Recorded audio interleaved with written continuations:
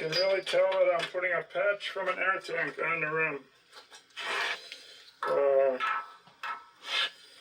Because there's the, it's 12 gauge steel, so I've been drilling holes. Well, this is where I started. And yeah, this weld made it harder to bend, but yeah, I had a weld here. Must be a lot of pressure on this when it bends. But with no welds, it's been bending without cracking. Then I just keep plug welding it. So that's what I gotta do. I gotta go around bending. So remember I made this part so it could come out. Oh geez, I didn't even put my bolts back in it this time. Yeah, there they are sitting down there. Yeah, I really should put those back in because this could offset and fall off. But I got my big block of steel under here and a little one, and then these big ones that come with it. And so I'm not pushing on the rim, I'm pushing on that big block of steel. Then I got a 5-inch up here with a 4-inch on top of that. So this is about 5.5 or 6, so it works perfect.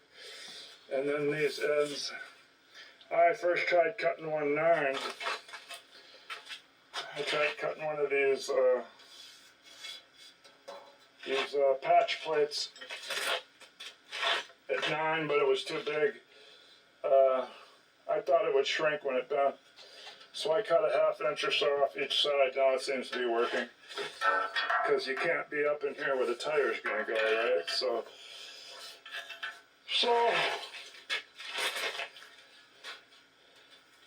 I keep that big block like this one. A big wood block on the back side. And I keep one on this side to keep it from moving. Then I use the floor jack. The floor jack I put under there when I want to adjust that big block. That way the floor jack lifts the rim up for me. But I gotta have that block in while I'm doing it. And if it gets twisted and gets too much to the right, then I'll just do a cut. And maybe it'll go back to that side a little bit. I don't know. It's just so hot and drippy. This is the last day of the heat advisory, so I'm going to bend this 12 gauge piece of steel tomorrow. Then this one I cut it 9, so I'm going to have to, instead of cutting a 1/2 inch off each side, since I'm not starting to bend it, I'm going to cut it at 8. And then again, like the other one, I probably got to patch the holes from where I cut hardware off the air compressor tank the stupid way. And there's so tomorrow I'll finish putting that one on, then I gotta cut this one down, plug those holes, and then start getting this one on there. So that's a wrap today. That sun is so hot, so I'm just soaking wet. Alright, see you tomorrow. This is my backup camera. I tipped the other one over and it wrecked it. So I don't even know if you'll see any of this footage. Well, it's the next day, and I started by finishing all the plug welds and getting the first 4-foot piece tight against there. And it was going crooked, and I had to cut some off with a die grinder. Now I got the second piece. My scrap had those holes in it. All over from where I cut the legs off the easy way. I just outlined the leg and dropped the whole thing out. I didn't know I was ever going to use these for anything. So now I patched them, and I had to cut off I had to change the width from 9.5. I brought it down to 8.25. I was going to make it 8, so we'll see what happens with the 8.25. I think when it bends here, it sucks it in a little. I just don't want it in the way for the tire to seal, because I don't want to have to go all the way around and crank the welder up on 180 or something and burn some of this off or anything like that, or go run a torch. Because once I get it on there, see, this is kind of in the way right here for the bead. Right there. See up here, my finger fits in there. But right, see, so there's going to be some areas where I'm going to have to blow that out of there.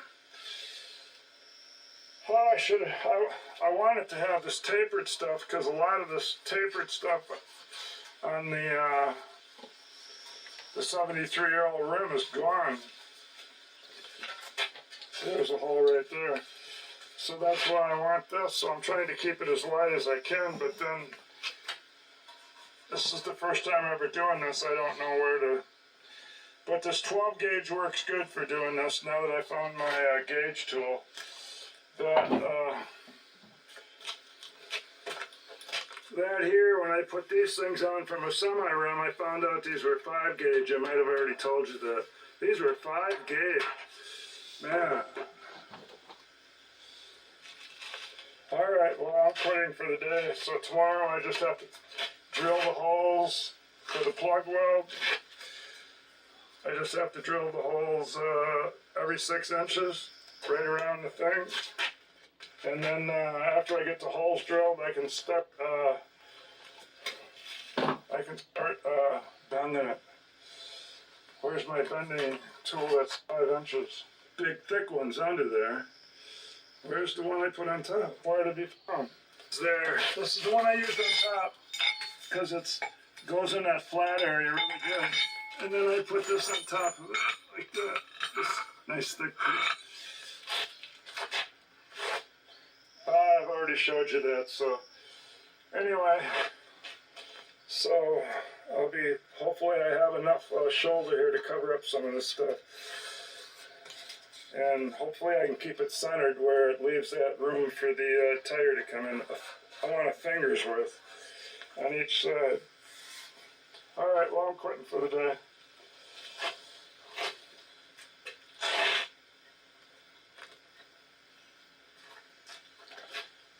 Good morning. I think it's Wednesday. We're within one day of turning into August here. It's like a night and day difference. Nice and cool, and it's not raining. So, and I'm using this backup camera. I don't think it records, but it appears in the viewfinder like it does. It's the only thing I got to finish the video, so I'll find out later if it did or not. We're plugging holes this morning. So I put it in the press. I bent it a little bit here so I could see where the edges are, so I could put my plug holes there. I'm going to do 18 of them. 18 of them. So I got the drill bits out, got the air drill. I'll get the air hose. I got the air compressor back in there. I'll get that turned on. And it always, I got a switch for the welder. I only got one 220. So I go back in there and get the cord and I switch it. Then I can turn on the air compressor and these drilled, and then I got to go back and turn the welder back on, unplug one and the other, and then I think I can start installing this second sheet. My second 4-foot is only about 9 foot, so when I get this installed, I'll have a little foot piece left I'll have to make up. Okay, I'm going to get going with that. Well, I got my pilot holes drilled. This size. Plug holes, I mean. Jump it up to to this one from this, but you could even go bigger. The bigger it is, the easier it is. You got to stick the rod in there, and it would act like a bigger bolt holding it.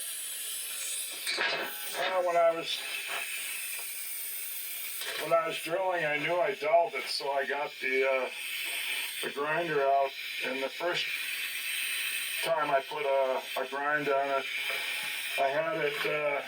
I must, had it at the wrong angle, and it cut.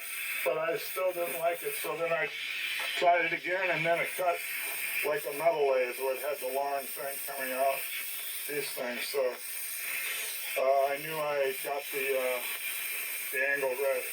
Well, back to drilling the next one.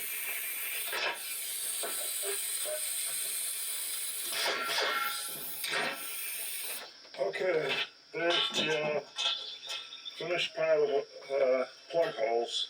So now I gotta square this off so it meets the other one. So I gotta put this on the rim and then draw a line across from the other one so I can get something that will match it. Okay, I need this much cut off.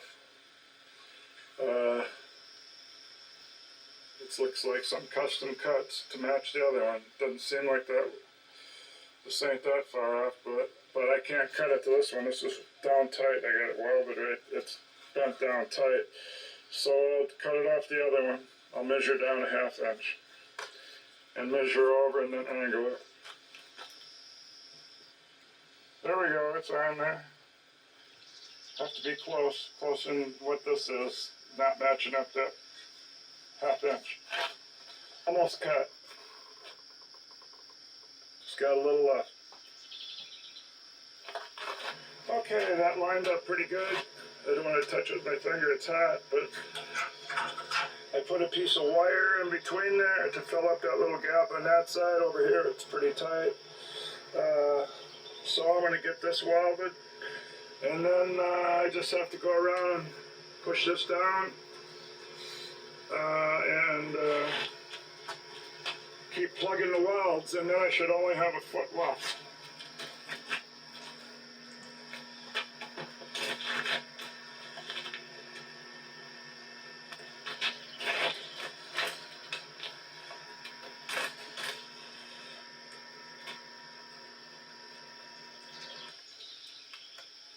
Got my first plug done there, and 16 more to do as I go around. I hope it stays centered. And then I'll have about a foot left. I'm on break. I guess I can leave it on while I pump it down. See what's going on.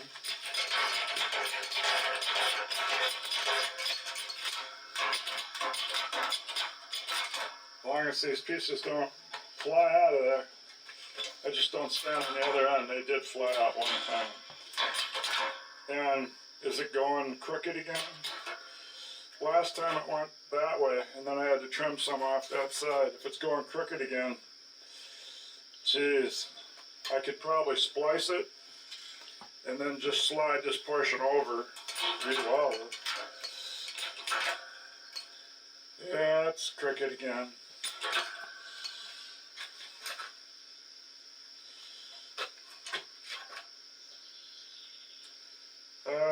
This time it's crooked. It's up against there way too much for the last, 2 feet. Well, at least half of it worked. Well, maybe it'll stretch when I bend it down in the groove, so I might as well just keep doing it. But the thing is, if I get a bend on it, then I can't just move it over. Or can I?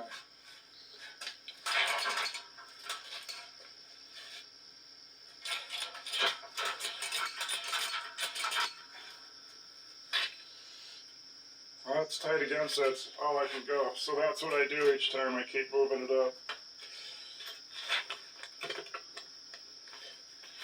Alright, well, I have to decide what to do here. If I'm going to either just trim some for 2 feet with the Sawzall, and then I'm going to be short metal on this side, and I need it because there's holes in here. I don't know. So what I ended up doing is I cut straight across, except for that little bit there, and then it spread apart.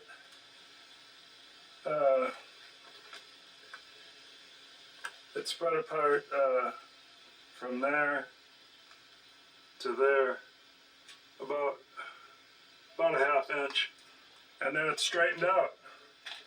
See, I'm about the same here and about the same here, and I finished even. The only problem is it's not a foot I need, it's about 20 inches, so there's where it is there. I gotta meet that, so that's about 20 inches, so I don't want to wreck that 12 gauge because I could use that on the other rim. So I know this is not curved, but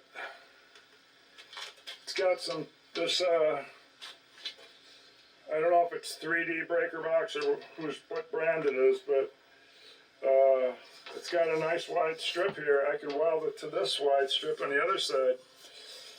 Might even be long enough on this end. And I could put those two strips together. Let me see how thick this is.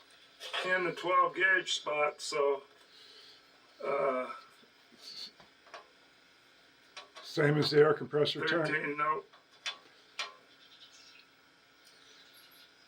I end up using 12, the yes.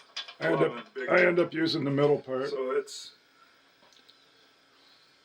12. It's perfect.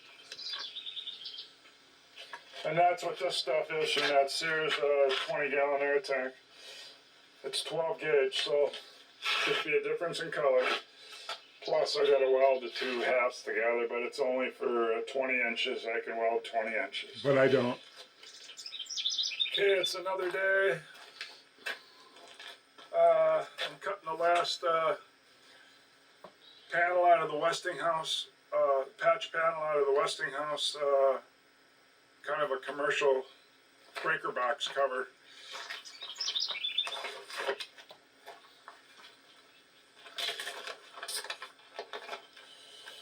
And so I made it 8 1/4. It's about 22 inches. And I patched something here that it used to be this wide. I patched something here for nothing because look at, it would have not been in the thing where the lock was to open the door. Oh well. A lot of work I did. This is all experimentation. I don't even know if the tire will fit when I get it off. But there's the rest of the plugs. I measured the rim. It seems like I'm not bending it up too bad. It seems to be about the same size as it was, because if it's a different size, even by a 1/4 inch, I don't think I would get the tire on there.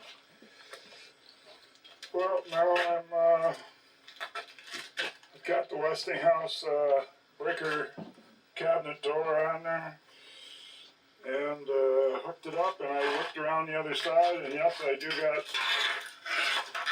got enough, so it's overlapping, so I'll be able to cut it off with no problem.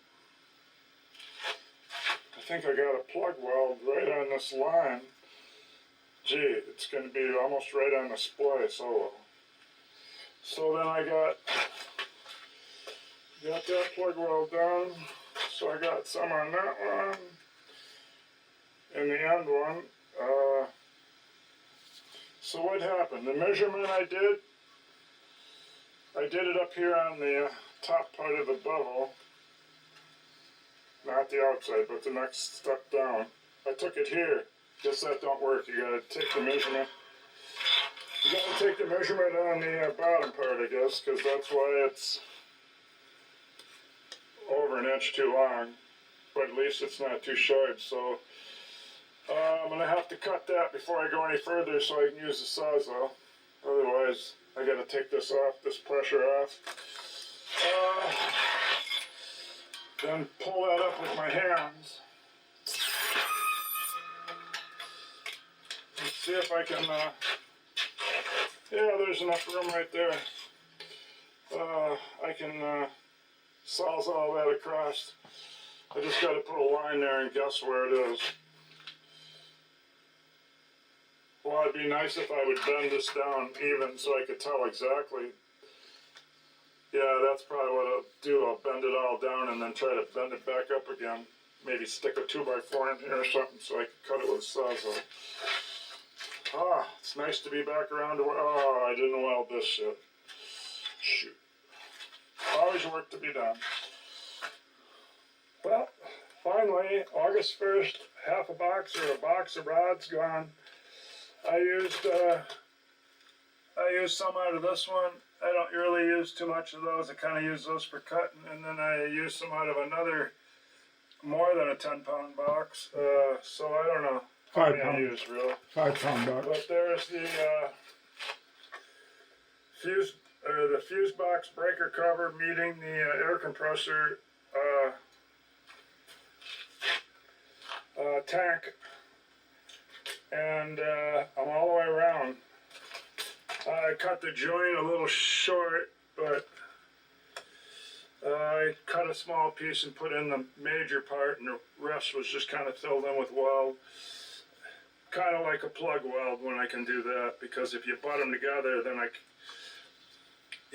then it doesn't get welded to the, and now I gotta look for sharp spots on the edge. I'll probably fill this in with silicone or something to make sure it's smooth, but I don't want to get in the way for the tire bead, the seat, so I might not do that. But I gotta drill the valve stem hole, and then I want to see if the tire will go back on here. Because if it doesn't, then all this is for nothing. Okay, it's out of the press. I ground anything down I thought that would put a hole in something. Or not something, the inner tube. I guess tomorrow I might go around and tack the edges. That way, where this was rotten, right in here, it would connect this little strip with this. So I might stitch weld it where you just put a tack here about every 6 inches all the way around. Use up 4 or 5 more rods. Yeah, I'm sure I used up 5 pounds easy of rods, but it's just an experiment just to see just how much work it is to try to bring one back. And then these things here are still going into the thin metal where it's not much left to it. So probably I'm just going to leave them go, but they could be solid welded here. Solid welded. And that would help those. Or they could be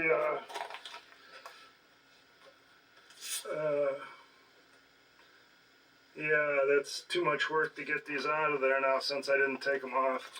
If I would have took all these off, now I could drill through the new metal and I could put new rivets in, or some kind of lock nut bolts. But I didn't take them out, so. Alright. Maybe tomorrow I can caulk up the shaft, stitch weld this, caulk up the sharp spots with a couple tubes of caulk, 2 or 3 or whatever, and try to stop the water from getting in there, and do some finish welding. And maybe in a day or so I can try to get the inner tube patched and put the tire back on, but I gotta boot the tires, so. Yeah, I gotta boot the tires. So anyway, I'm gonna put the press away. I can put the lawnmower in tonight, and a few days later, it's now August. Into August, I cut some of these pieces from that extra piece of the rim, and I filled in some of these so they're kind of like welded now. I did that all the way around.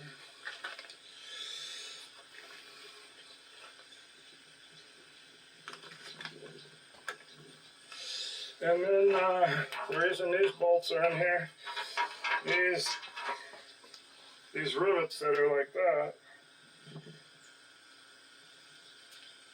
I just tried to straighten one of these because it was sunk down in the rest hole.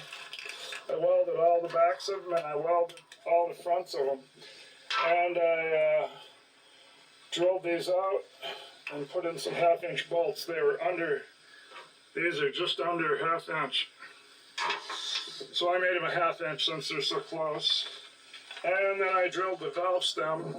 Since there's a gap in there, I might slit this right here and slit it right here and then pound this part down and then the slit. But anyway, I could do that after I paint it if I got it, because I did do the stitch wells. You can see where I had to grind down all the paint that burnt. Yeah, so I did, and then I added this plate over here. It covers up some of the holes from the outside. And so I'm going to paint her now, inside and out, and then I'm going to not do any more welding.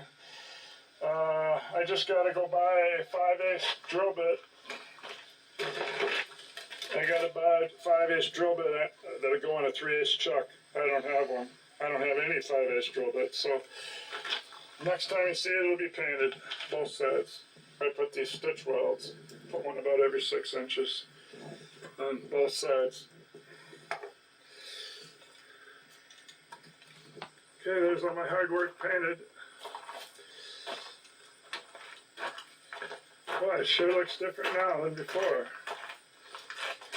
Before it was like a piece of junk. So, next thing is I have to get that. I kind of wanted to reinforce that tire on the edge that was probably left flat, but I might not. And I got to patch the tube. I got to put a new valve stem on like I did in a different video. So I'll be doing that. That ends this video. And if the tire doesn't fit for some reason, I'll make a video showing how I couldn't use this wheel, or it seems to be off by 1/3 of an inch, out of round a little, but I could just trim some off if I have to get the tire on there, because it's going to go on here no matter what. And these things aren't going to line up anymore because they're slanted and stuff from rust. So I'm going to be doing a lot of honing out these holes, or maybe adding some metal to this and make it wider so I can move the hole east and west. But at least 2 or 3 of them should line up when I first put it on. So